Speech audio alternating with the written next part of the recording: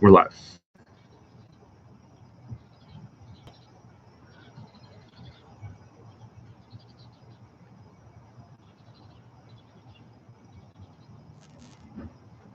Hey, Michael, how are you? Oh, it's starting to rain here again. Hopefully I don't have to move though. Hey, Josh. Hey, Ghost Inside. Where are you guys all from? Hey, Stuart. Hey, Mimi. Hey, Ben. So yeah, there's no real format here, you guys. I just do these out from Portugal, Australia. Hey, New Zealand. I just kind of do these just to like. Oh, there's my daughter crying. My daughter's been kind of going into go, Australia. Hey, New Zealand. I just kind of do these just to like. Oh, there's my daughter crying. My daughter's been kind of going into have little tantrums now. But yeah, I just kind of do these to just answer questions and offer value to you guys. Hang out for about an hour. Melbourne, Brooklyn, Colorado. Okay, it's raining, but I'm not getting wet in this spot, so that's great. Fort Wayne, Indiana. Bloomfield. Hey, from China, Terry. Terry, are you a Canadian or American living in China? Looks like your photo is. Quebec. G'day from Adelaide, North Dakota. I have a crazy story about, well, not that crazy, but I got stuck in Fargo, North Dakota once with my band. Like, I don't know, maybe almost 20 years ago, touring with my band. No, not 20 years ago, 15 years ago. Touring with my band, and our van broke down in Fargo. And we were kind of hipsters back then. Like, we dressed like hipsters, like really tight jeans and stuff. I was a lot skinnier then. And we got stuck. Our transmission shot on our van. We got stuck in Fargo, North Dakota, and it was an absolute nightmare. Like it was like we were being heckled and yelled at by people all the time because we just looked so different. It was hilarious. We were at the. I remember when we were at the repair shop to get our transmission fixed, and one of our guitar players was a yoga guy, and he was doing yoga stretches out in the grass, and me and the other guitar player Alex were trying to negotiate. They're both Mediterranean, and we were kind of hoping the Italian would be kind of in there with the negotiations as the other Mediterranean was, but our friend was doing yoga, and these guys in the repair shop were just looking at us like, what the hell, where did you guys come from? It was funny. Okay, Curtis, can you explain something? You can avoid ground diseases with your. Can you avoid ground diseases with your high rotation crops? Yeah, I mean I can. I don't have ground diseases, but I'm in a dry climate too, so that means something. Jean Martin, he's not in a dry climate. He doesn't do as many rotations as I do, though. He does 3, I think, on maybe at least half of his beds. He does 3 rotations. But it just depends. It depends. Hey, there's a super chat from Brandon. Curtis, I'm so glad you put so much useful info for free. You're what this community needs. Hey, thanks, dude. I appreciate that. Okay, hopefully I don't get wet here. Okay, it's still good. What winter crops do you start now in the Northeast? Well, dude, you're missing the boat on a lot of stuff. Well, spinach, you can still plant spinach. If you had big kale transplants, you could plant them into a greenhouse. They'd probably make it into the winter. Not a lot, though. You got to start, if you're in a winter farm, you got to start thinking about it in July, really. Well, you got to start preparing for it in July. A lot of winter storage crops you'll be starting in the nursery then. Like if you wanted to do winter celery, you for sure have to start it, at least in my climate, early July. You got to start your kale in July as transplants if you're going to do winter stuff. Like last planting of carrots is August, first week of August. Where do I buy seeds? Dude, I have a YouTube video on that. Or dude, sorry, Lois. Don't mean to call you a dude.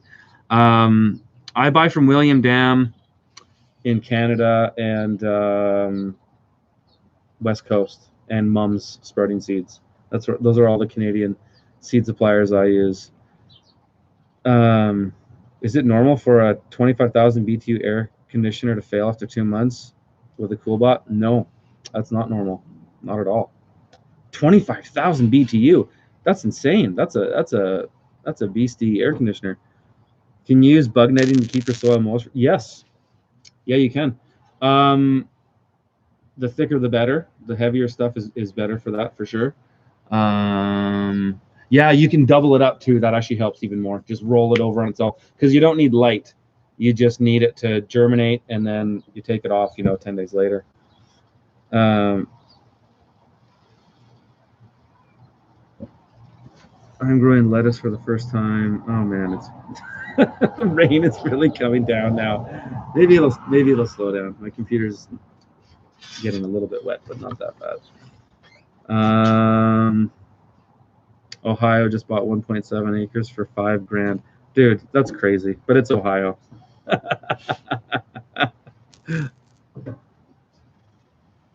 Thanks, Kate. Yeah, that's true. The good wolf farm says. Okay, what else do you guys got for me? Do you use sulfur? No, I haven't. I've never used it.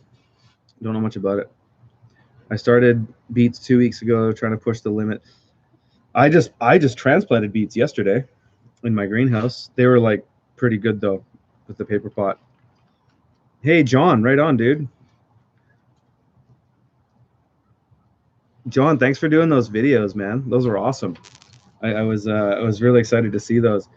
Hey, if you guys want to see some videos of Jean Martin and myself's class, the 5-day workshop we did, I posted in the discussion forum, the community forum on my YouTube channel, a video that John here, he made a bunch at a workshop. Check it out. They're really well done. Huge fan, EDM Squad. Thanks, dude. Have you ever sold plants, herbs? Yeah.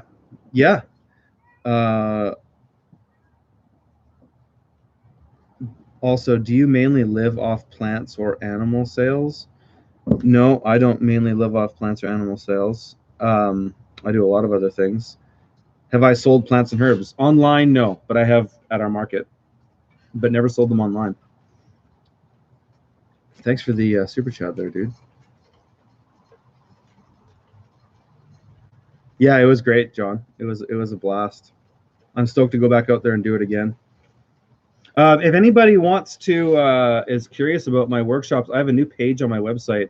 It's theurbanfarmer.co/PMG. The words PMG. It's not totally done, but I don't care. It's it's up. It's just a page that kind of takes you on like a visual tour of our workshops. And there's 4 farms I'm doing. I've added another one to the mix. I've done Steadfast Farm. I've done Jean Martin's Farm, Les Fermes des Quatre-Temps, and I've done Rose Creek Farm. I'm doing a new one that's also a student of mine, Jenny Quiner, Dog Patch Urban Gardens. It's in Des Moines, Idaho. It's going to be awesome. She has an incredible farm. And yeah, it's awesome. Wow, I just got a text from Diego Footer saying that there's a big earthquake in Japan. Oh my God. Wow. Okay, anyways, sorry. 20 acres of land in hilly in Kentucky. Kentucky's beautiful country. I'd love to spend more time there. I've been there once. Maybe a few. Yeah, that's awesome. Do you use azomite? I have used azomite. I don't use it. I heard about that from John Kohler, actually, that stuff. I haven't. I want to just make the light less on this light. I haven't used it in a long time, but I have used it. Just like a nice mineral amendment. It's really good.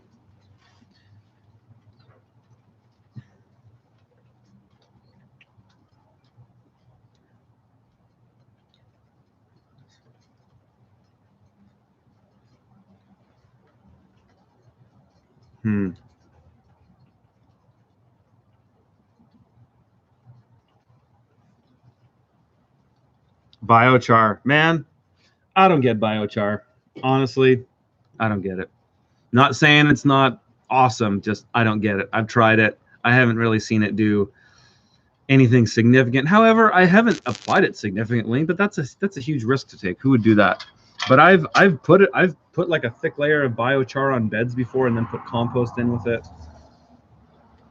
Didn't really do much, to be honest. It's just easier to do lots of compost. And the biochar is it's a big hassle to make. Big hassle to make.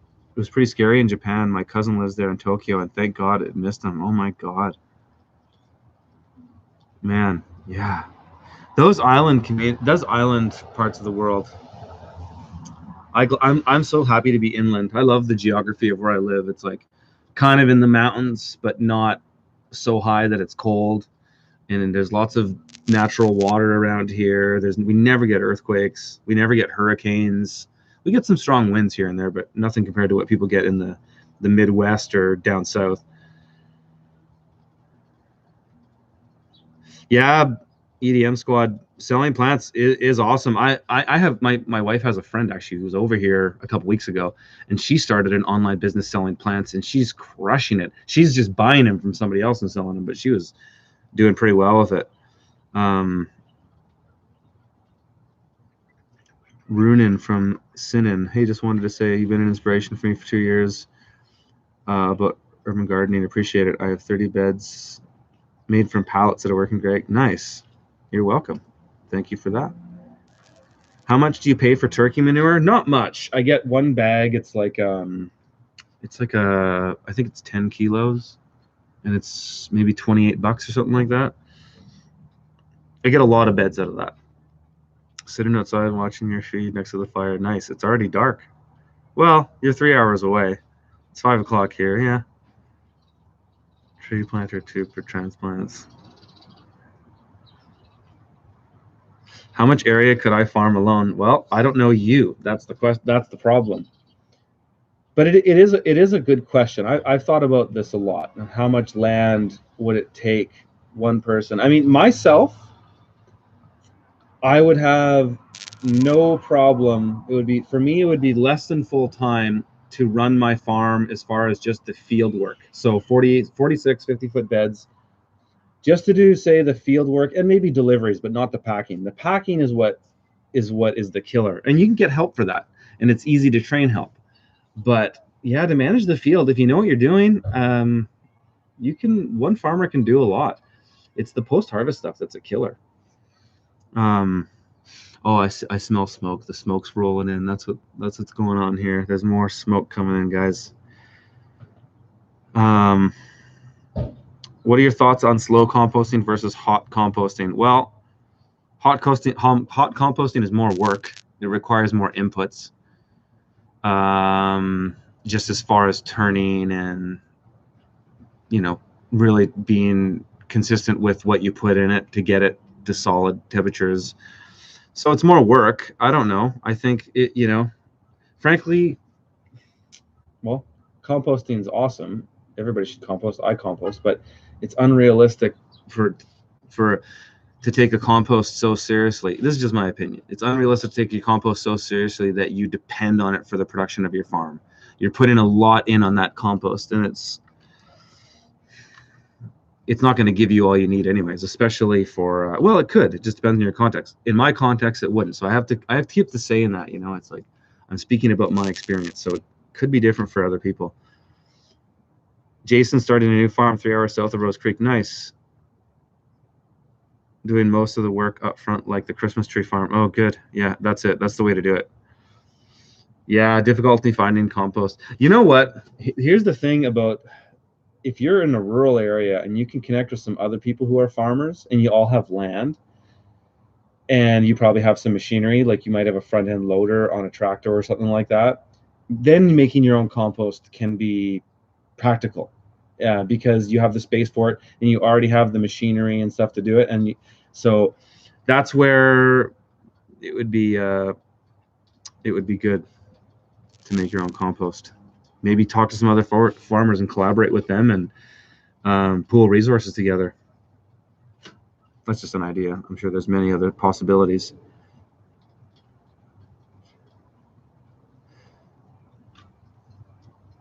Am I coming to Australia? There's some conversations. I'm having some conversations with Australia.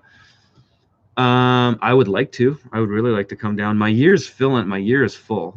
This year is totally full. I can't do anything else. And the early part of the year, yeah, it still might be able to work. We'll see.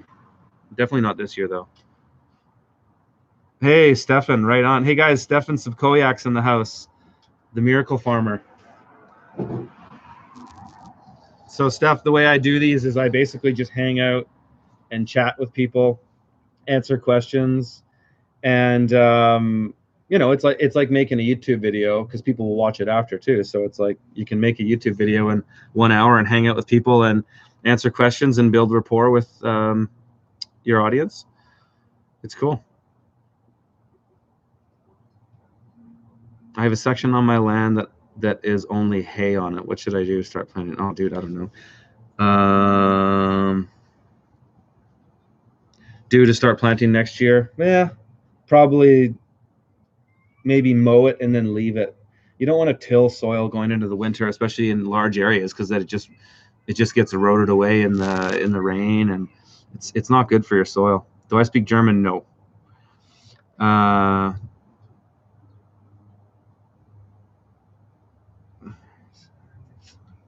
Very sandy soil, Mimi. Compost, just lots of compost. I know people that have added clay to sand. I haven't done it myself. That might be something worth looking into, but I honestly wouldn't advise you on that, just because I don't know if my advice would be all that great.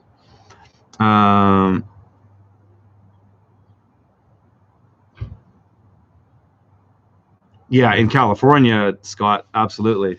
You guys got compost everywhere, but in other parts of the country, it's not as great. Would you rather do French drainage or raise the soil? Maybe a bit of both. Maybe a bit of both. Somebody was asking for wetlands. Would you rather do French drain or raise the soil? Probably a bit of both. Also depends the climate you're in. If you're in a wet climate, there's no harm in raising your beds as well.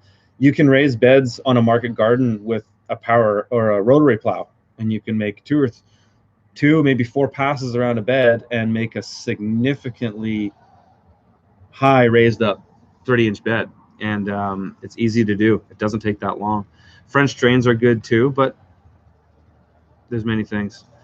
Hey, Stefan, you got some fans in here too, brother. Hey, Jenica. My friend Jenica biking by. Hey, thanks, Chuck. Building a greenhouse. Also build an addition on my house. And that's awesome. That's awesome. Hey, neighbor. Yeah. Daniel, are you my neighbor? Daniel Paraz, are you my neighbor?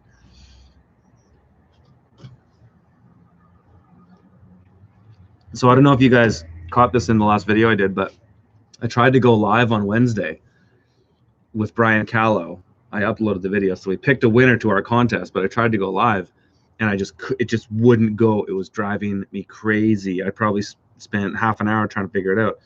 Just wouldn't do it. Kept clicking the button to go live, just won't go live. It was really annoying. I don't think it was a YouTube conspiracy. I think it was just probably a technical error of some kind. Maybe I should have restarted my browser. Well, maybe I did that. I don't know.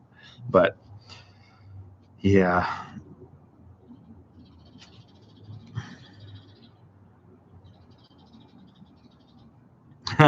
Best way to, oh, here, this is a great question that Josh is asking. I've answered this in my book for sure, but I'll kind of elaborate on it. It's like, what's the best way to talk to your neighbors about farming their land without them looking at me like I'm crazy? First, it's good to have some rapport with them. You might know them by name and you talk to them every now and then or whatever.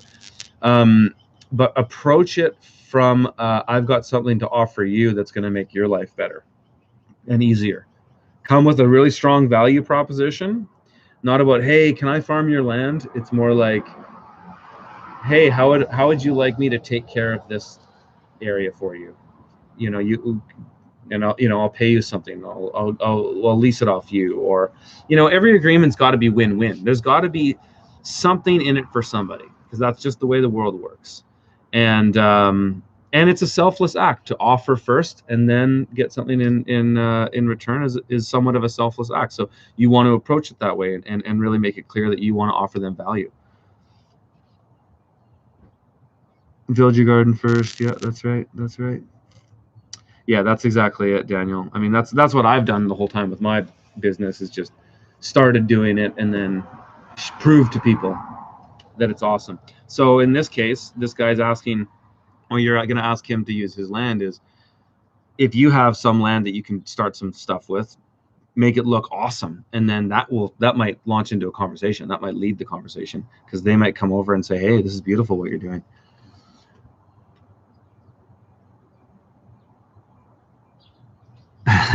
Sorry to keep asking the same question. Any thoughts on crop planning software? Yeah, I got lots of thoughts on crop planning software. Have I found one that I really like yet? No. I've looked at a lot of them. I've been involved in one project and somewhat involved in another project, and so there's a lot out there. The thing is that I find about here's the thing about software is everybody's trying to make software to solve some problem, and that's a good thing for the most part. But farming, by the time here's my thought, at least, is like by the time you wait for the right software to crop plan, you've already lost a year or two in just learning how to do it yourself and just trusting your instincts. But a calendar and putting time and effort and your thought into the plan is an important part of the step. So I don't know if I honestly see that much need for crop planning software. I think there's other software that would be better. Like things like QuickBooks are great, but software that could record information from the farm would be great. There's a lot of competition out there, like what's it called? Tend, TEND .ag, I think is the website, and it's pretty slick. It's really slick for planning. Looks good for crop inputting. Still, for me, it's like the learning curve of some of these softwares. You might as well just really spend the time to really understand crop planning. And what happens if the software goes away? This is the thing. I've been kind of working on this piece, writing for a long time, and just haven't finished it. But kind of my thoughts on where AI and robotics is going in farming, and it's great. A lot of it's really good, and I think it's, for the most part, it's going to help farmers and help people access good, clean food. However, the one big downside is that the black swan of that happening, or the sort of the unforeseen thing, is that what happens if the software crashes? What happens if there's a solar flare? What happens if there's something that knocks it out? Nobody knows how to grow food. I mean, it's one thing with technology in society today is if we have a blackout, we might not even be able to deliver the food to begin with. But even worse than that is, what if people don't know how to grow food? And so I think if we expect technology to solve too many problems, we kind of make ourselves weak in a way too. It's a lack of resilience. It's fragility. It makes us somewhat fragile. What temperature should the ground be for winter carrots to store in the ground? I never monitor my soil temperature, Rebecca. I would say ambient air temperature, not much less than -10 Celsius. If it's really dry, you can do that, but you got to make sure your soil's dry and your greenhouse on the inside is dry. If it's wet and you get a hard freeze like -10 Celsius, everything freezes. Then it contracts, and then everything just is destroyed. So you got to keep. My strategy with winter carrots is planted, first week of August, and then watered, until whenever. Let's say watered until the end of October, and then, well, no, I don't even need to do that. You probably stop watering them the second week of October, and then you might need to water here and there, but probably not. It's better to just not, and then everything goes dry. And you'll know too in the winter, because when it freezes, your greenhouse won't have tons of humidity freezing around it, and then that's good, because then it's going to make harvesting those carrots way easier, because the ground is never really solidly frozen. Hey, a lot of you guys from Australia, that's pretty cool. I really like Australia. I really want to go back there. I think Australia is the next place that's really taking up market gardening. Like, I just seen a lot of growers. Sometimes it's hard to get a sense because social media can make the world seem so big, but I follow a lot of growers on Instagram in Australia, and they seem to be doing lots of stuff. They still have some access problems with some tools, but not as bad as New Zealand, and not as expensive as New Zealand either. Yeah, what else?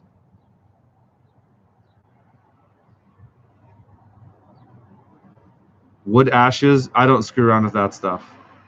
Darren asking about wood ashes on tilled soil. I don't do that. Might work. Can't really say.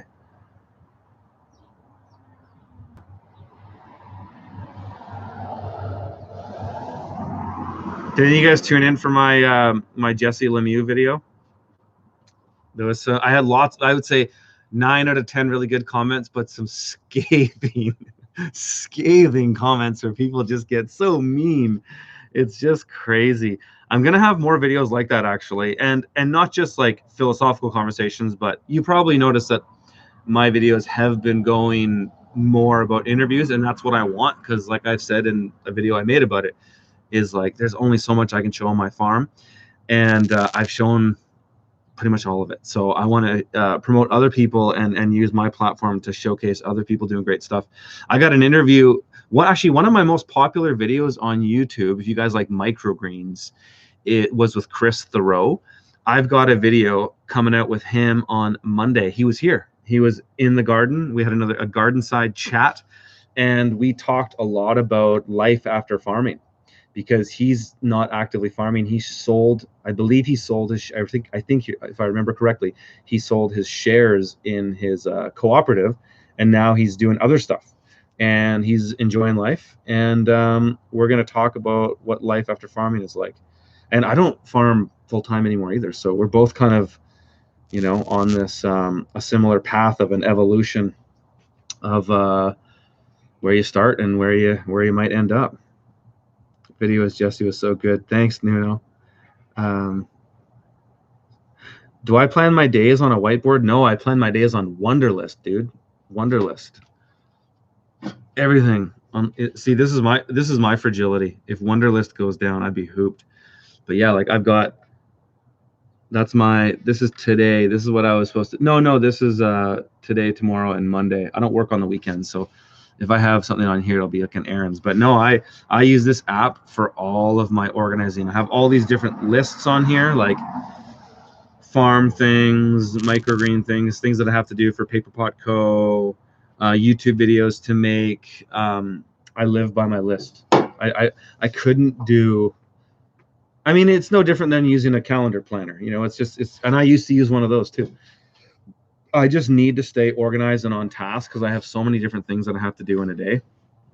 And many times they're very different.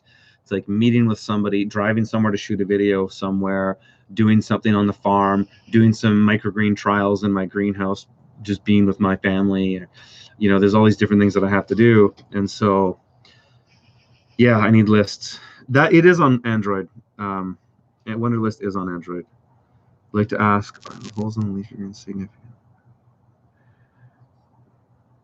Are the holes on leafy greens, do they signify that the greens are unhealthy? No, it just might signify that you had flea beetle eat all your greens. So not necessarily, no, because flea beetle will eat anything. I know there's some people out there who think that if your soil is in perfect health and you've got this, utopia balance around you, that you're not going to get pest problems. It's BS. If you're growing crops for a farm commercially, you're going to have pest problems. I must say though, you don't in a garden, this is my first garden this year. I had a bed in the backyard last year, but here's my garden right now. I must say, with gardens though, you don't get pest problems. Like with a garden like this, I haven't had any pest problems. And I've been farming in this soil for a while. So if I was going to see pest problems, I would be seeing them by now. Kale, no aphids in it all summer. That never happens on the farm. Nothing. Planted all my radishes and turnips and stuff and those kinds of crops in these beds this year. No flea beetle or no cabbage root maggot, which I've never been able to avoid with radishes and turnips, but I was this year. So at least in the garden.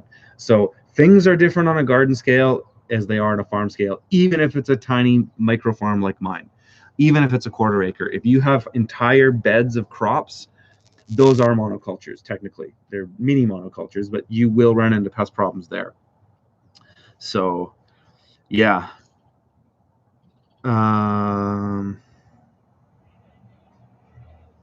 Why don't you expand your farm? Well, because I've found easier ways to make money, to be honest. That's why I've wanted. I actually up until last year I wanted to expand my farm, and I was still like I'm a full-time content creator. You guys, like, yes, I have made a living as a farmer for 9 years, but I haven't taken a salary from my farm in 2 years because I haven't needed to. And by not doing so was allowed me to keep money in the farm. And so I could pay my main guy, Mark, really well to keep him around. So, but I haven't made money from my farm in 2 years. My farm's still profitable. All the numbers, we still do 100 grand a year on our little quarter acre, even more. But I do other things now too. So the reason I don't expand my farm in a shorter answer is that my evolution of what I've been doing in this, from farming to consulting to teaching to creating content and online courses, has taken me in another direction. You know, now I'm a 50-50 partner in a California tools company with Diego Fluter.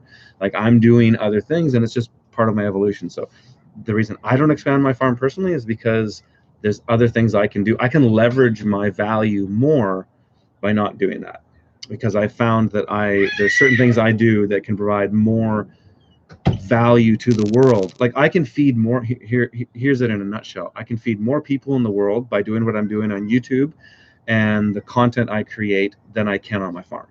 So I'd rather do that because it's easier for me to do. I don't have bricks and mortar. I have a lot of bricks and mortar. I don't have a lot of employees. So that's just been my calling. But it's not to say that it wouldn't be for somebody else. Any plans on getting the paper pot certified organic? Absolutely, yes. We're hoping that 2019 will be a certified paper pot,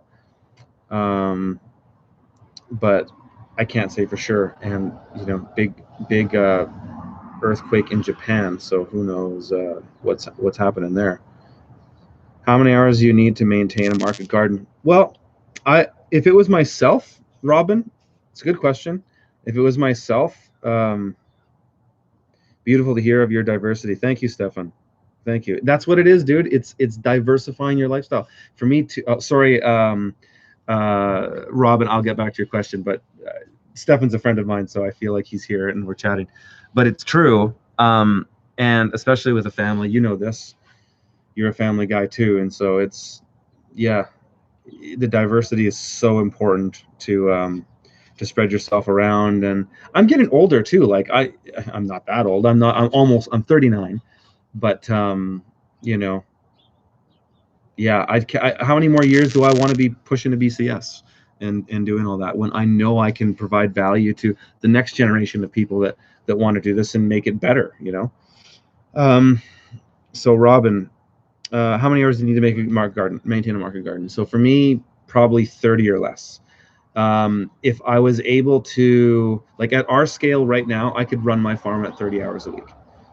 Me doing everything, even the packing, because we only have a few customers and we do a lot of the same things. So the packing's fast and easy. If I were to cut that out, probably 20, maybe even, no, yeah, 10. There's 10 hours of packing a week, I would say. So yeah, I could do it with that. I'm older now. You're half my age. Yeah, but you got a beautiful piece of land too. Your context is different, Steph. Like, I'm in the city, man. I tried to buy a big farm, but I'm glad I didn't because it was so expensive. When's the next book, Chris? I don't know. I've got a bunch of things. I don't know. What do you guys think? What would be a better thing for me to do? Write a book or make a TV show? What do you think what would be more a better use of my time? Because both of those things are seriously considered. And in fact, both of those things are already somewhat in motion. But I need to, oh, here we go. TV show. So far, the majority says TV. Yeah, what do you think, guys? Is a book or a TV show a better thing to do? Okay, here's another question, because I see some people giving me feedback, and I appreciate that. Is if I were to make a TV show and put it on a network, what would that network be? What would be the best network that would want a Curtis Stone TV show of me kind of being like Anthony Bourdain and going around and checking out farmers? Amazon, yeah. HGTV, yeah, I've thought about both of those. Yeah, like I want to basically do way more than I can with my YouTube channel. It requires more resources, because with my YouTube channel, like, even if I put up some of the money to make some of my videos, which I do all the time pretty much, sometimes I don't know. I don't fly anywhere to make a YouTube video unless I'm getting paid to go somewhere. So it's always somewhat built into the cost. But I'll make like $100 here and there to make video. That's obviously not paying for my time. That just might be resources, gas, or something to get there. But if with a crew, TV shows are expensive, and so these things need resources. And so I don't know. I don't know how to do it. Yeah, Netflix, PBS, go to Hollywood. No, I don't want to get into all the satanic stuff in Hollywood, so not going down there. Well, I actually go to LA all the time, but no plans to get involved in the Hollywood scene. Not to say that I wouldn't go to, if Ty Lopez invited me to a party, not to say I wouldn't go to one of his parties. Ty, if you're listening, I'd love to come to one of your parties and talk shop. Maybe in that in the garage with all the books and the cars. Better homes and gardens.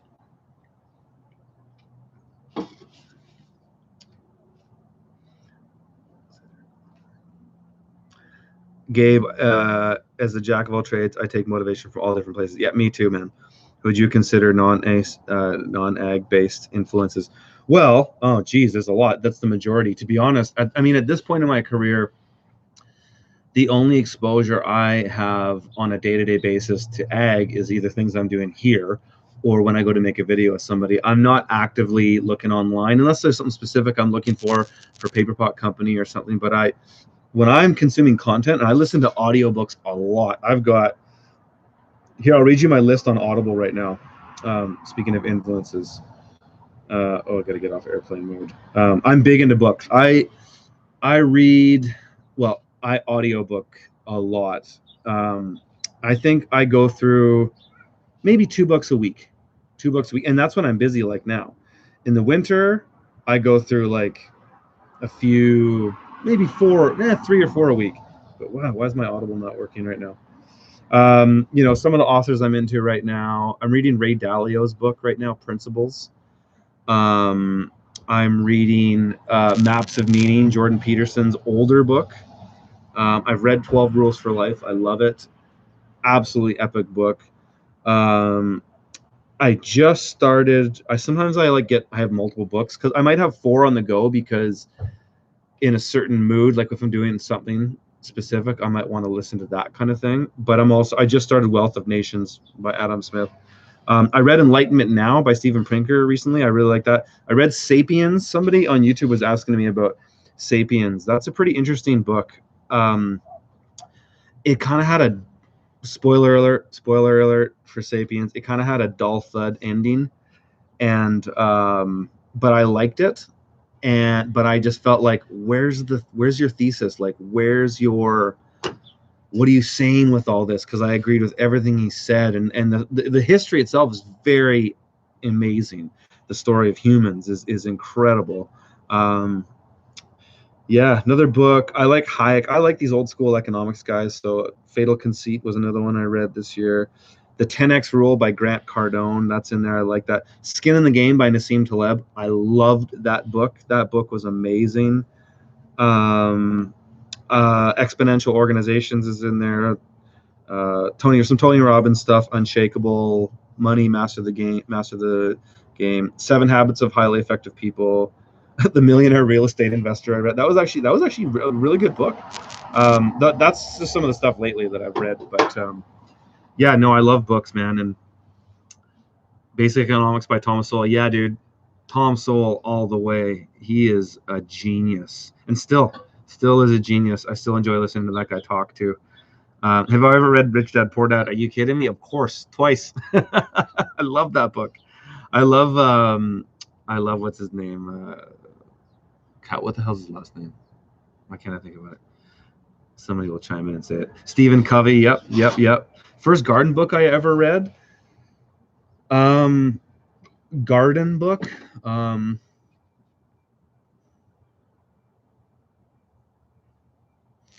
So I guess would have the Intro to Permaculture, which I still think is a fantastic book. Have I read Randall Carlson? No. Shaka Khan. How to Win Friends and Influence People is absolutely, I would say, to any young person right now, that's the book you have to read right now. If you're looking to get started in the world and you're looking to kind of carve out your place in the world and go at something, you have to read that book. That's the entry level book to abundant thinking. Actually, you know what?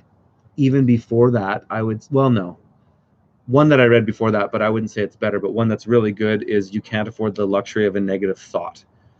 That book was instrumental for me for changing my mindset at the rudimentary basis, because I was always skeptical, or not skeptical, I was a pessimist always in high school. Always. In my whole upbringing, I was a pessimist. I was always just say 10 negative things for one positive thing. And so now I've flipped it. I still say negative things, but I probably say 10 positive things to one negative thing. Anyways, yeah, books. You got to read books. Yeah, Kiyosaki, Robert Kiyosaki. Love Kiyosaki. Chains. Will the organic chains be hemp chains like the ones Ben used? I don't think so. I don't know. That would be cool if they were, though. Do you consider yourself a farmer or a YouTuber? I think I consider myself a farmer because that's the root of everything I do. Like, I have, 9 or 10 different things I do in this space, but they're all related to farming. So I would say I'm a farmer. When I apply, if I were to apply for a loan at a bank, I wouldn't say I was a farmer. I would say I was a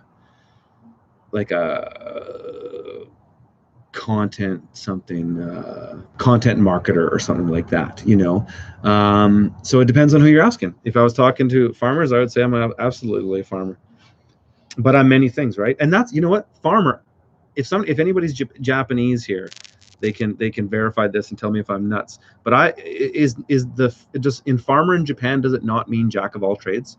Does it not mean something like that, like it's you do multiple things? Because that's what I am then, right? Thank you, Daniel. You see me as a farmer first. And I mean, it's what got me started in all this stuff. So yeah, I mean, if I were to go in a completely different direction and 20 years later, 20 years of that, then maybe I wouldn't say that. But I bet you if you asked Joel Salatin what if he's a farmer first, he'd say absolutely. Though he doesn't work on the farm and hasn't had in a long time. And Joel Salatin's somebody I really admire. Certainly a big influence for me in many ways. But he's an entrepreneur. That guy is doing all kinds of stuff. Farmer is Sodoraturo. And where did it go? It skipped in Japanese.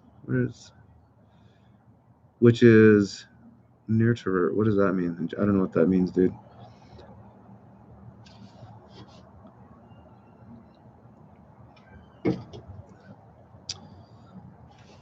Yeah, Salatin's the man. I hope to make a video with Joel Salatin soon.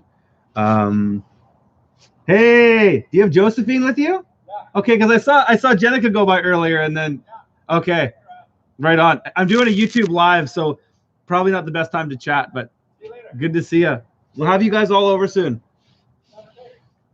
Friends of mine's, his wife rode by earlier. That's who I waved to earlier, and then he rode by with their daughter. Their daughter and my daughter hang out. I know, dude. Gotta love neighbors. That's the reason. That was probably the biggest reason of all the reasons I decided to not go ahead and do a big farm. One of them was that I just love being a guy in the neighborhood, because I know everybody in this neighborhood. Everybody that walks by knows me and knows the garden, and they come by and they chat, and it's great.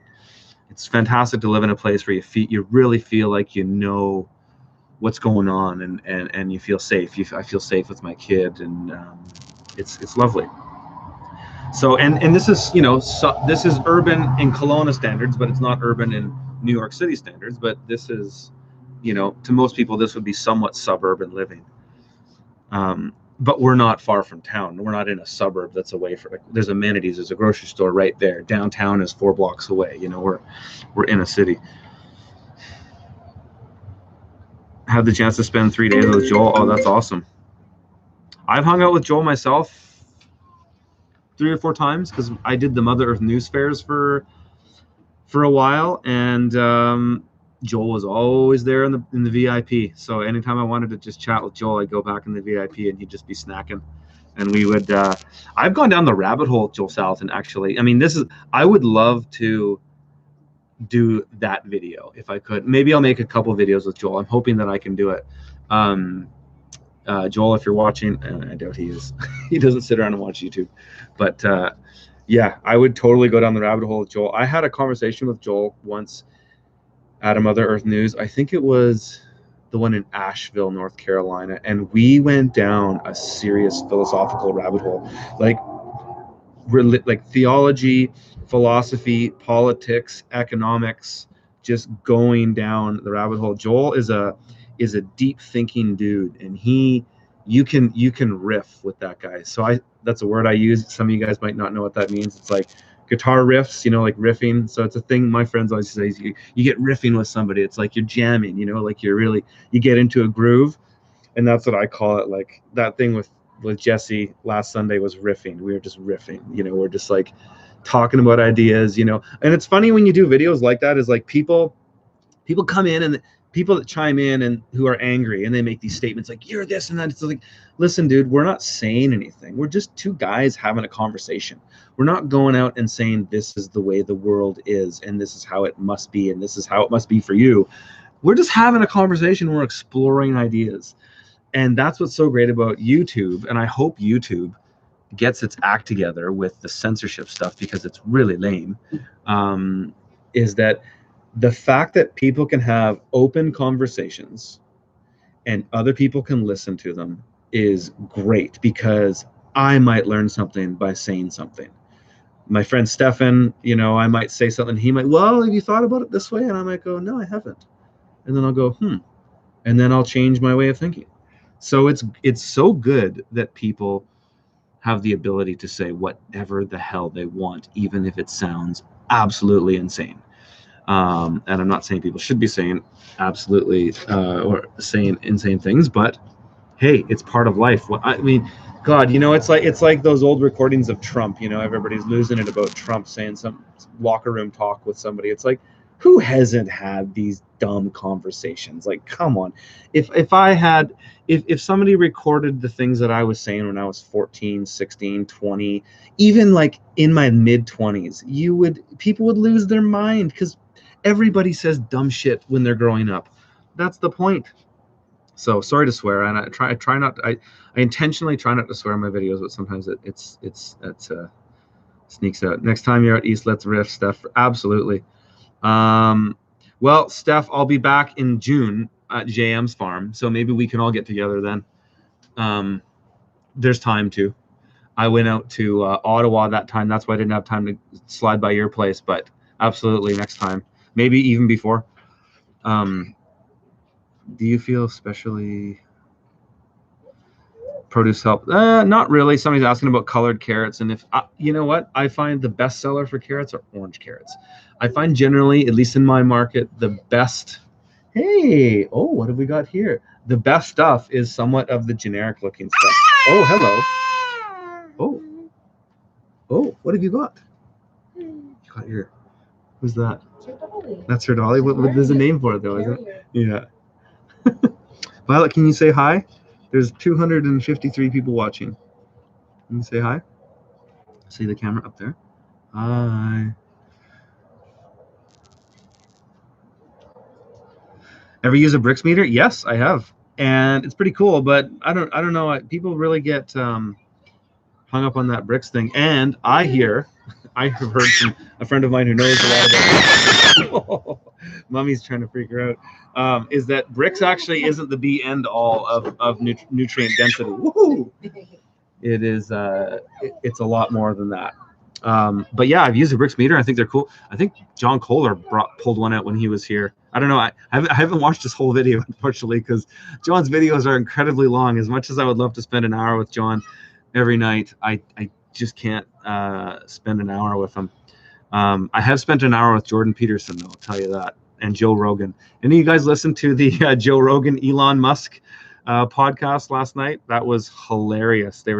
Elon was drinking whiskey and smoking a Philly blunt with Joe Rogan. Best tips for growing food in the desert? That's a big question. Well, I'm in a desert, so watch my videos. I'm in a high desert. She was wearing a baby. That's exactly right. Yeah. Um, yeah, I have somebody.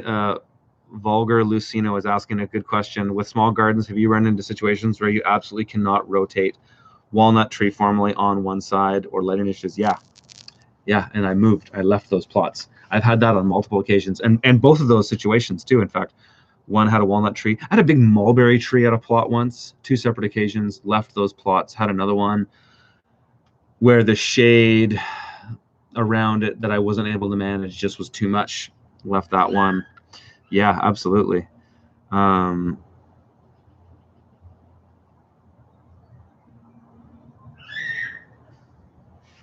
I agree, Dave.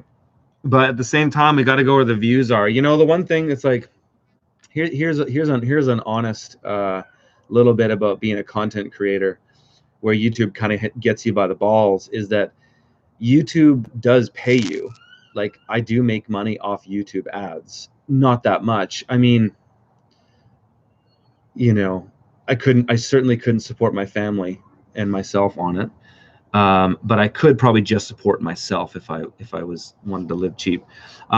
So nobody else is doing that right now in the way that YouTube is. I mean, I have heard of people doing well with cryptocurrencies on platforms like Steemit and stuff, but maybe I'm just not quite as confident in the crypto space yet that I'm really willing to make that jump.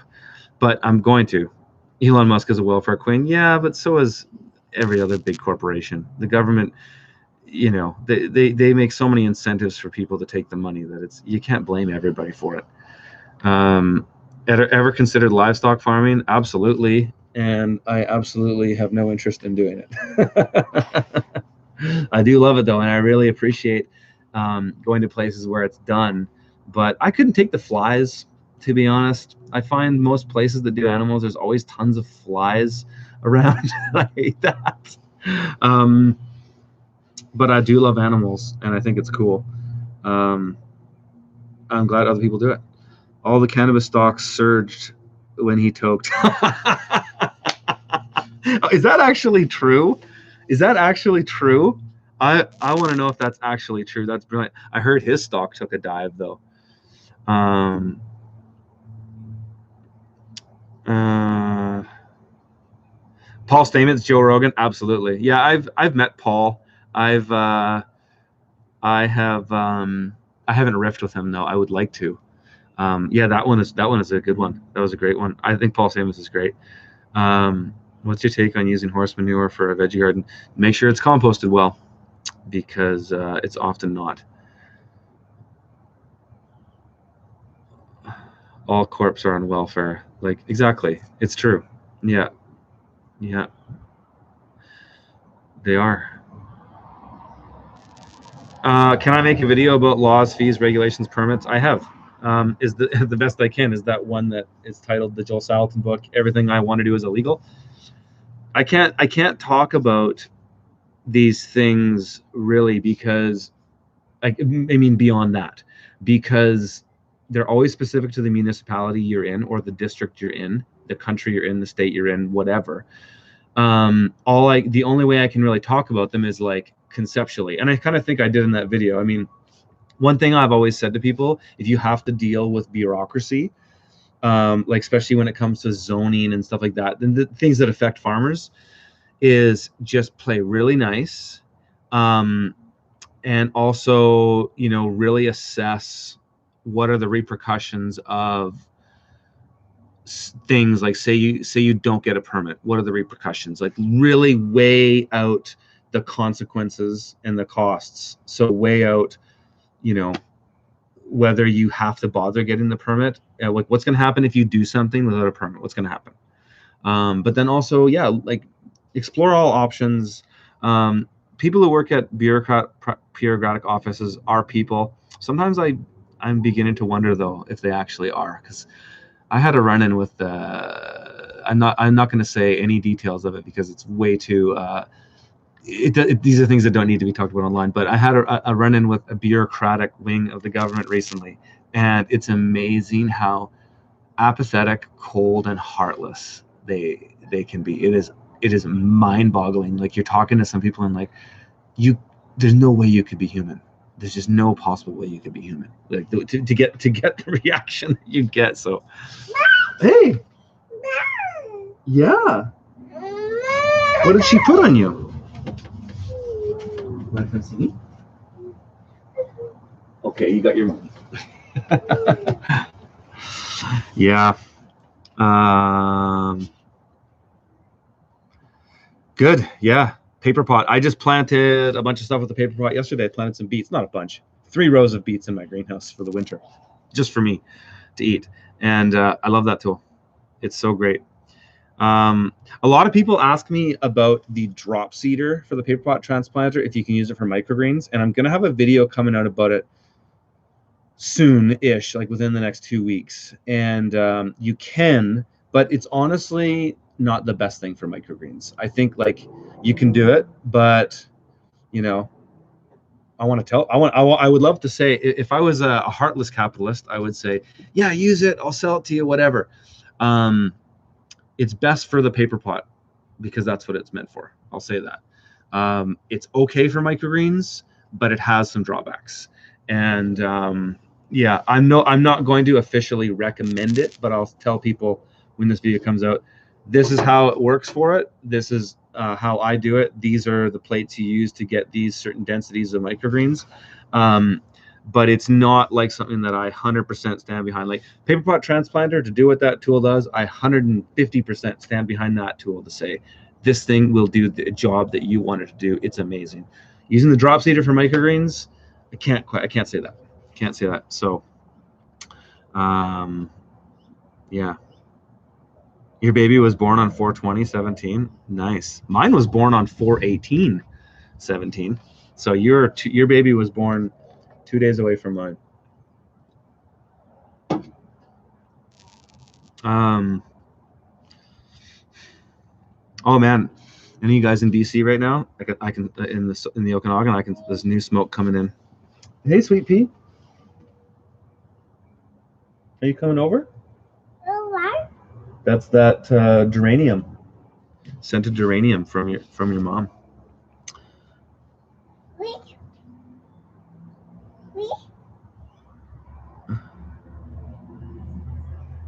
What am I drinking? I am drinking Lone Tree cider. It's a local cider. This company makes really good. I don't drink beer. I drink cider, and I don't drink very much, but I drink a cider every now and then. And they make one that was a ginger flavor, and it's sold out like crazy. You can't buy it anywhere, and it tastes like kombucha, and I love kombucha. So,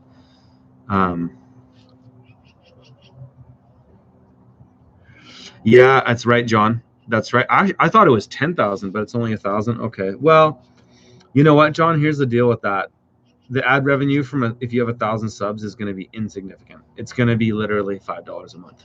Like it doesn't matter. So if they lowered that, you know, you know what though, if you had 1,000 subs or less, and you had some viral videos, like, and you were getting like more than 1 million views a month, then that would be unfair, I think, and maybe that exists for some people. Have you ever considered selling seeds? Yeah, but I don't want to do that. I've considered everything. Stone Cold Curtis Greens. Yep. Hi. Hey, you're from Prince Edward Island, right on. PEI. Oh, my Native American Reserve. We watch some things from your channel for ideas. Hey, that's right on, dude. Hey, I'm gonna Google you guys right now. That's cool. I never go out to PEI. Oh, there's a super chat. You live on 100 acres in Australia, and we're experiencing drought and cop a decent frost. I've bought autopods, greenhouse, etc. to try. Should I instead be focusing on things that can grow in the field? Hey, elaborate on your question a little bit more, and I'll answer it. I don't quite understand what you're saying there. Can you make that a little bit more? Just tell me a little bit more about what you mean. And I'm going to go soon too, but I'll make sure that I answer your question before I log off. A month ago or so, you hinted about Jang Cedar reviews. Yes. Jang Cedar videos coming out.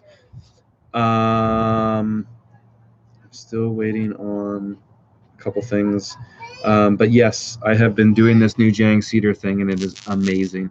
So I'm stoked, and I've got a bunch of trials with it and stuff in my back. Like this whole plot back here is just R&D right now. Like there's no like production crops back there. It's all just stuff that I've been testing with this tool.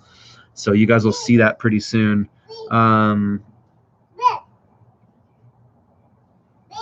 Hey, Bunburyist, if you could just elaborate on your question a little bit more, dude, and I'll totally answer it. I haven't seen that yet, but I'll keep your thing here. Any ideas on how to set up a lease land arrangement to start a lavender farm? Same as any other lease. I've done videos on leases. I talk about leases in my book. Do I listen to Shaky Graves? No. Oh, here we go. Sorry, Super Chat has a character limit. Okay, that's all good. We have pretty harsh environment at the moment because of the drought. Good volcanic soil, though, so you can't hear it. Oh, okay. Well, that makes sense, dude. That's the thing with hydro is like I have expressed that I'm not super into hydro, but everything has its context. And I think that's a real good case for the context there. Harsh climate.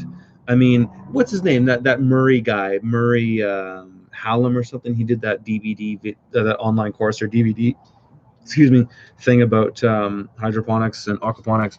It makes sense that it's down there. But yeah, I think that's the way to go. But honestly, brother, I'm not the most experienced with hydro. Like I have consulted for hydro farms, but I consult them on crop selection, marketing, social media, like management, stuff like that. Like I don't consult them on the production. I'm not a hydro expert at all. Like I know a little bit about it just from what I've seen, but I don't have any hands-on work experience with hydro, so it's not my biggest thing. But I hope that gives you something. Like, yeah, I think you're on the right track. For that climate, it totally makes sense. Do you do the urban farm development outside the U.S.? Do I do consulting outside the U.S.? Yeah, I've done consulting in Mexico. I think that's it. I don't think I've done consulting in New Zealand or Australia. Maybe I have. Oh yeah, no, I have, but just remotely. Yeah, did we do? Oh, that's right. Yeah. No, I have done consulting in New Zealand, and I have a lot of consulting clients that I do over Skype that are in Australia. But I don't think I've done I've done some stuff in New Zealand, Mexico. Yeah, Middle East. Oh, yeah. I mean, she's talking about clients of mine that I consult for on Skype. But as far as going to a physical place to consult, it's just been New Zealand, Mexico, and the U.S. and Canada. Do I still use the new Pyro? Do you still use the Pyro weeder? Oh yeah, I just used it yesterday before I prepped my bed. I'm thinking of getting one. I love the Pyro weeder. It's great. Best flame weeder I think on the market. You know, there's one thing about it though that when I was at Jean Martin's farm that he showed me isn't ideal for his context is that their walkways are kind of bumpy because their soil is really rocky. It's still kind of a new farm, so that on those beds kind of just in the walkways it bounces around, and he doesn't like having it on the edge. He likes having the wheel in the middle, which I get. Yeah, dude, I'm not telling you my consulting fee on oh, thank you, babe. On YouTube Live. You'll have to email me to figure that out. Because that's just not a kosher thing to do. These are golden raspberries. They're fantastic. You want one? Did mommy give you some? She got one. Damn, those are good.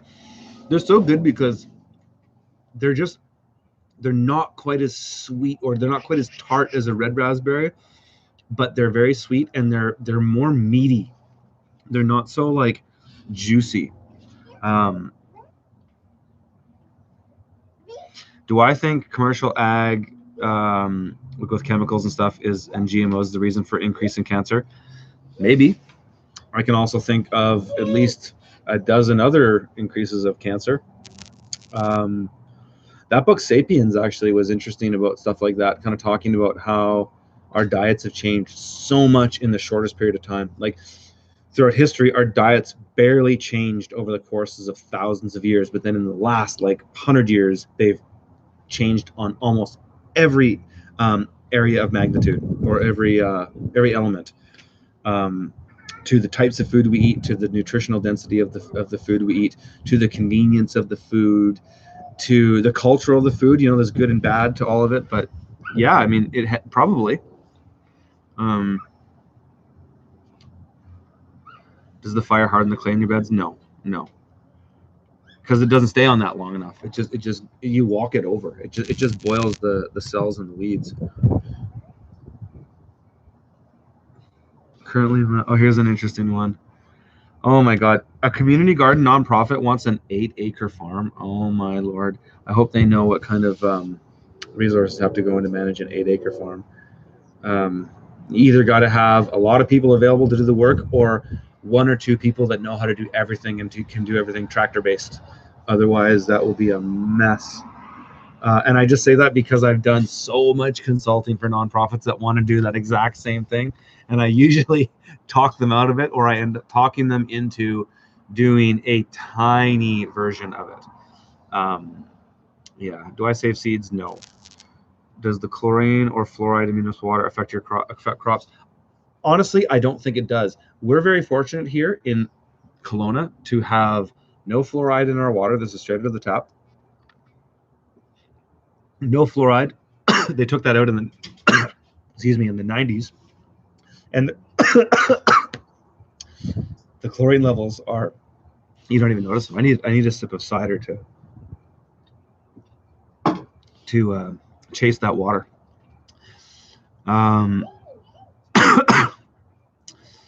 Yes, when do Steadfast? Hey John, Steadfast tickets pretty soon. Probably after the October event. I usually list them at least 6 months ahead. So November, December, January, February, March. Okay, so we'll list them in October. So they'll go up in October. Do I read the Bible? Not actively. I read it though a long time ago. I did. When I was 16 years old, I read the Bible front to back. But it's not really. You know what? Right now, listening to Maps of Meaning by Jordan Peterson, there is so much of the Bible in that book. I think I am kind of reading the Bible right now. Actually, it's amazing. That book, Maps of Meaning. If you guys like Jordan Peterson stuff, and you have listened to a lot of his lectures and have read 12 Rules for Life, and you kind of know how he delivers information, you might be ready for Maps of Meaning, but you might not be even so, because it is very academic. And I'm not that much of an academic, so I don't want to say it's like it's not all over my head. It's just that he's tackling concepts in myth and culture and archetypes that is very big. Yeah, so anyways, exciting book.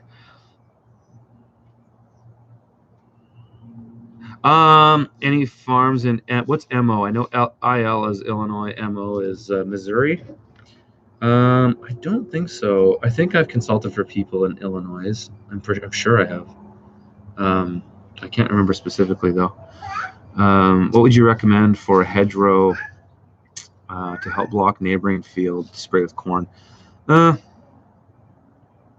Yeah, raspberries. I mean, raspberries spread though, unless you can get a good one that doesn't spread. Amazing strawberry. Urban farmer Suland says, "Hello from India. Any plans to go to India?" We almost went last winter. I had a guy who reached out to me who runs a conference in what city was that? Was it Mumbai? Kate, or I think it was Mumbai. A big international conference there. And he was giving me short notice, like he was giving me a month. And usually I say, anytime somebody asks me that, I'm like, I can't, I plan way far ahead of that. But the time period was available, and I thought, okay, well, let's see. But then they changed the date of the conference, and it wouldn't have made a difference, I wouldn't have been able to make it. So, but there was a plan to go there, and I would like to go there. I've always been fascinated with Indian culture and food and religion. I think it would be great to go there. Yeah, Peterson is a badass, that's for sure.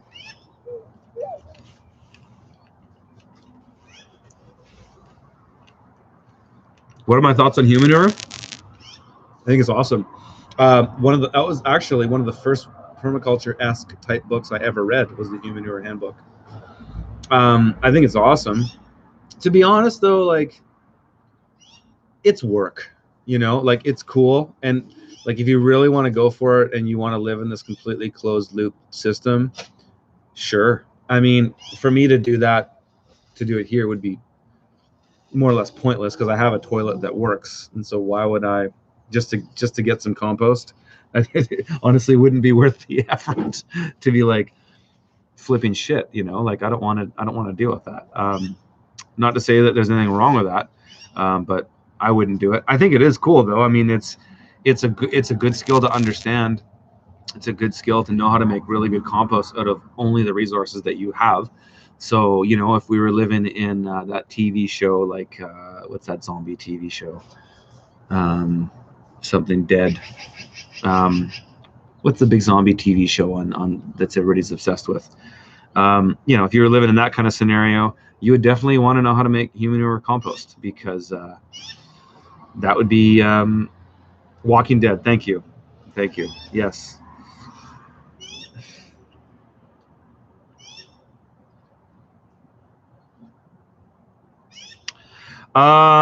Hey, okay. So Jordan Banda asks a great question, and I appreciate the question. He's saying, like, myself and JM and Neversink and Richard Perkins, some of the most influential farmers at the moment, using a mixed model, could these scaled contexts feed the planet in 20 to 30 years? Yeah, if you had enough people to fill the boots of all those farmers that you would require. But that's the issue, is that's just not a realistic, in my opinion, a realistic thing to bank on, because the amount of farmers proportion to the population has dropped off a cliff in the last 100 years, and it's still that way, despite the fact that there's market gardeners getting into this, and all, like, there's a trend in this, but we're in a niche market. This is a niche trend in ag. So I think, yes, if you had all the people to fill the boots of those farmers, but I don't think that is even conceivable, looking at the trend that people are leaving agriculture, and they're going to continue to do so, because even with market gardens, this is this piece I've been wanting to write for a while, but it's just about how robots will be doing a lot of the stuff that we do. Like, you'll have, my prediction is, in about 10 years, maybe even less, you'll have a machine that's like a BCS, but it's like an R2D2 BCS. It's like a robot BCS, and you'll set it up on a task, and it will go, and you'll bring it out. It'll all be GPSed, and it'll be able to, like, pinpoint locations and everything. And you'll basically set it up on a plot and say, prep all those beds. And you'll go do something else.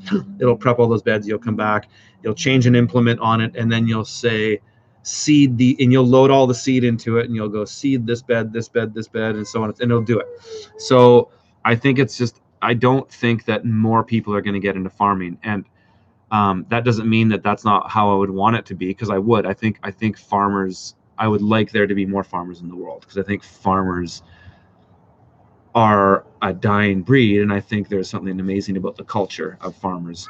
And so, yeah, big answer, big question, but I don't think they can feed the world, just because that people will not fill those boots. They won't exist. So, however, okay, wait a second. Let me roll back a bit. Maybe if robots were able to do all the work, then yes, possibly we could live in this somewhat agrarian society of small farms that were managed and run by robots.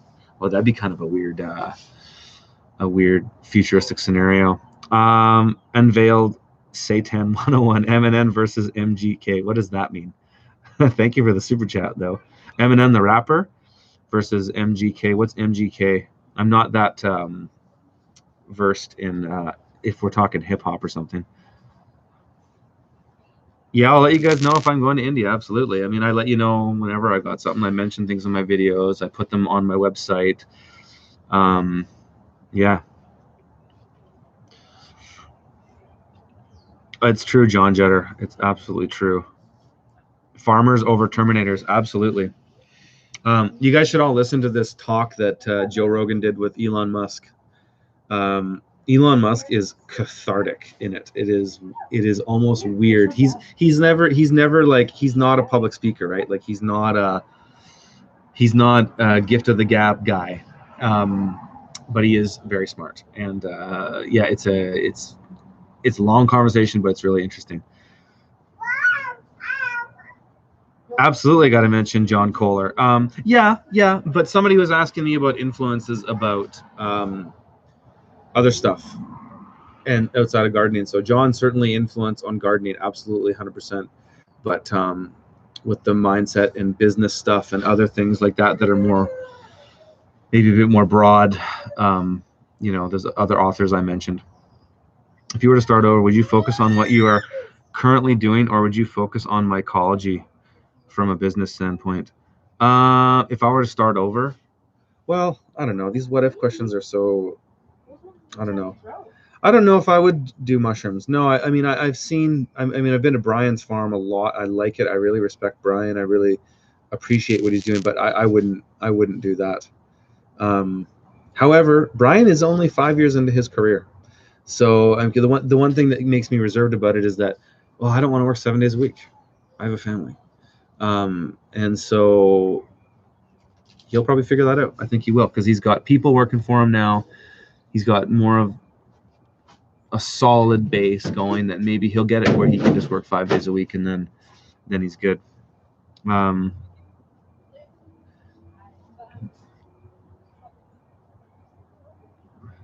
I'd be great on the Joe Rogan podcast. Hey man, and if any of you guys know Joe Rogan, tell him that I'm in. I'll hop on a plane tomorrow. Hey Kate? Yeah. I'll hop on a flight tomorrow to go hang out with Joe, and I will absolutely have a toke of whatever spliff he passes me, and have a sip of that whiskey that him and Elon were sipping on too. Elon is an AI robot like Zuckerberg. I don't know about that. I don't know. I find Elon is way more quirky. Zuckerberg is a weird dude. I admit that. Apparently Jordan Peterson hung out with Mark Zuckerberg, and apparently they connected, and Zuckerberg really heard his concerns about censorship. That was interesting. I thought that was interesting. Potatoes worth the space and time? Absolutely, man. I mean, I wouldn't farm potatoes unless I wanted to be a tractor-based farmer, but we're gonna grow, hey, with all those new beds, we're gonna grow some potatoes next year. Yep. I enjoy growing potatoes. I really enjoy digging them out of the ground. Violet will love that. Hey, Violet? Yeah, you're gonna pull potatoes out of the ground, and you're gonna have a blast. What about Lift the Veil? I watched Lift the Veil. I watched Lift the Veil. Yeah, I'm into that stuff. I don't really want to get into it here, but well, my wife doesn't farm. She does her own thing, which is she's in the garden, so she loves the garden, and she looks after Violet when I'm working. And she was a photographer. She still is. She does most of my photography.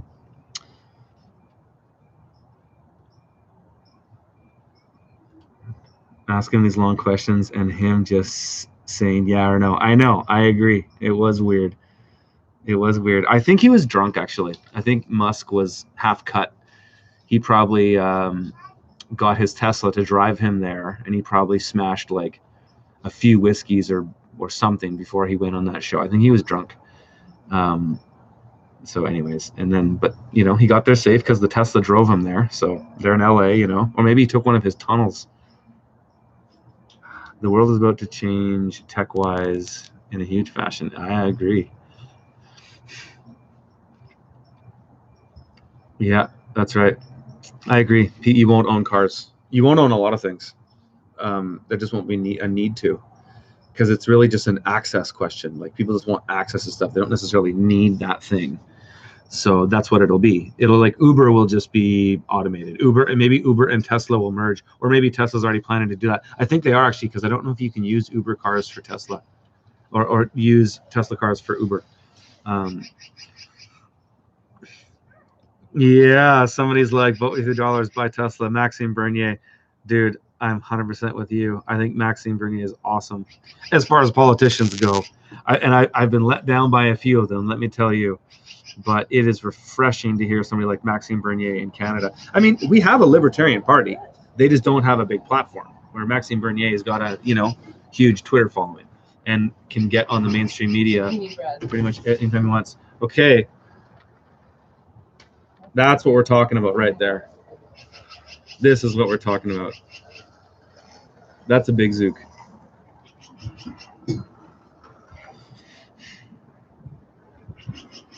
That's awesome, dedication. Thank you from Melbourne, Australia. That's awesome. Is that a banana? No, it's gonna. But no, it's a yellow zucchini, but it's going to be zucchini bread. Yeah. Yeah. Violet, can you carry this one? How much can you carry? This weighs like 10 pounds. It weighs half your weight. Is that a banana? It looks like a nuclear bomb. It does. It's a yellow zucchini. Yeah, that's some of the stuff you get out of the garden. Katie's just picking some berries here too.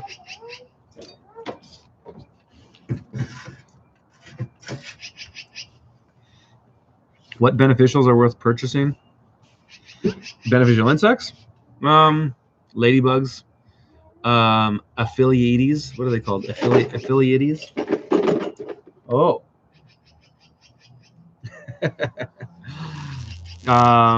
Parasitic wasps are pretty good too. It depends. They prescribe them for your situation with beneficial bugs. Oh no, those aren't really beneficials. They're predators. So I don't know.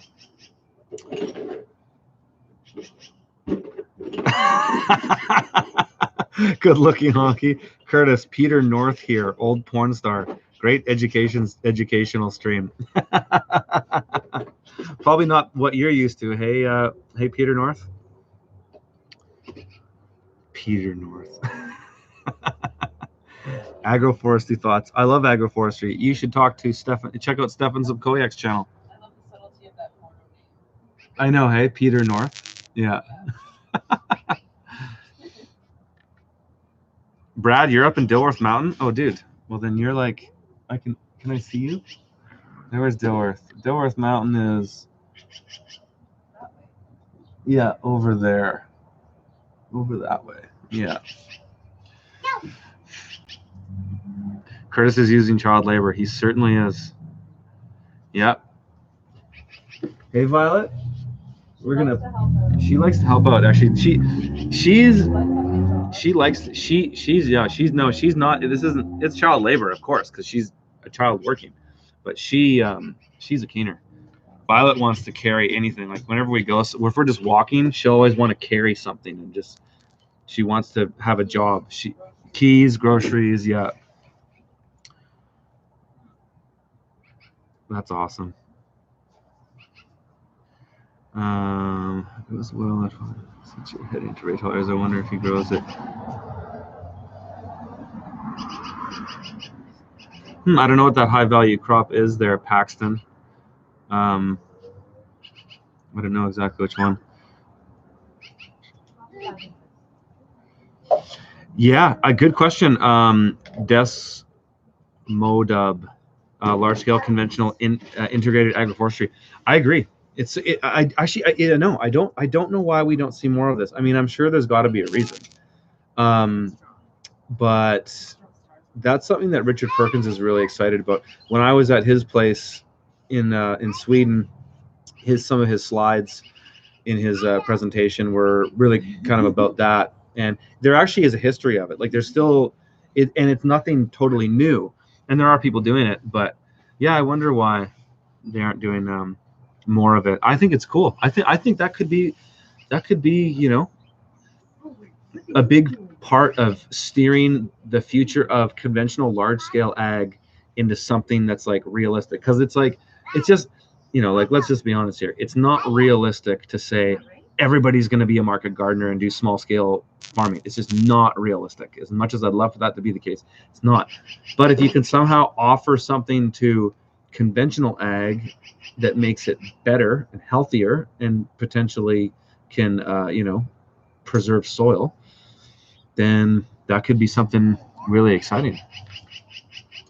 Where can we see you again, and when can we see you? Okay, yeah, I'm gonna be in Europe.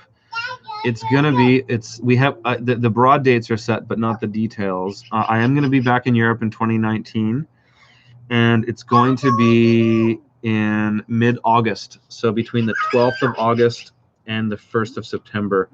So far, it's going to be Sweden for sure, Germany, Luxembourg, potentially France and Belgium, but it might be enough to just, because we only have 3 weeks, and so maybe we can push it, but yeah, that's the plan. Mid-August we'll be there, back in Europe. Europe was a lot of fun. I was surprised how easy it was to travel to Europe. Like, when you're used to the TSA in the US, like, you go to Europe and they're just like, come on in.